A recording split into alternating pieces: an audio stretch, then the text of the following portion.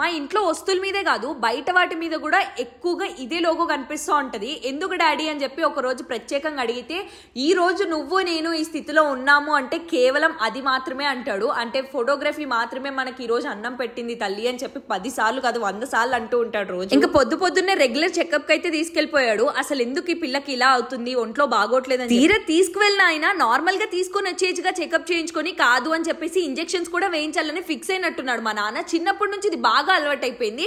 ఏం లేదు నీకు కాదు నాకు అని చెప్పి తీరా తీసుకువెళ్ళిన తర్వాత తీరా ఆ ఇంజెక్షన్ కూడా నాకే వేయిస్తూ ఉంటాడు. మీ ఫాదర్స్ కూడా మిమ్మల్ని ఇలాగే మోసం చేస్తారా? ఫ్రమ్ చైల్డ్హుడ్ నుంచి మా నాన్న అయితే ఇదొక్క మోసమే నన్ను బాగా చేస్తున్నాడు. ఏదో ఒక రోజు రివెంజ్ తీర్చుకుందాం అనుకుంటే ఈయన ఇంజెక్షన్ వేయడం నేర్చుకుని అందరి మీద రివెంజ్ తీర్చుకుంటున్నాడు. ఫర్ ఎగ్జాంపుల్ నా మీద కూడా ఆఖరికి కదలకుండా ఒక చోట కూర్చుంటామా అంటే అది గుచ్చే లోపే ఆ నర్వ్ పక్కకి వెళ్ళిపోయేదాకా వెయిట్ చేస్తూ ఉంటాము. ఇంకా అలా 2-3 చోట్ల గుచ్చించుకొని మొత్తానికి బయటకు వచ్చాను. వచ్చిన తర్వాత నాకు ఈ ముంజలు కనబడంగానే చచ్చిన ప్రాణం లేచి వచ్చి కూర్చున్నట్టుంది. మీకు కూడా ఇంజెక్షన్స్ అంటే భయమా?